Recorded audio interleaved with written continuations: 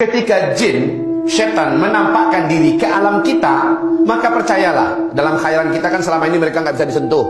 Kalau kita sentuh macam megang bayang-bayang, tidak benar. Ketika mereka masuk ke alam kita, dia masuk dalam hukum alam kita. Dia memang berwujud kasar dan bisa ditangkap. Ini hakikat. Dan saat itulah titik terlemah dia.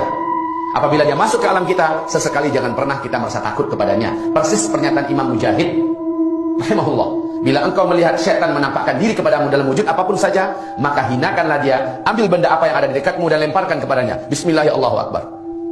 Makanya dalam perjanjian di alam jin, haram bagi jin menampakkan diri di hadapan manusia, karena ini pantangan dan undang-undang yang ketat di alam bangsa jin. Tidak boleh menampakkan diri kepada manusia, apalagi manusia itu manusia yang beriman, karena bisa-bisa dia dibunuh oleh orang yang beriman. Kaum muslimin, hamba-hamba Allah yang kami muliakan, jadi fenomena jin menampakkan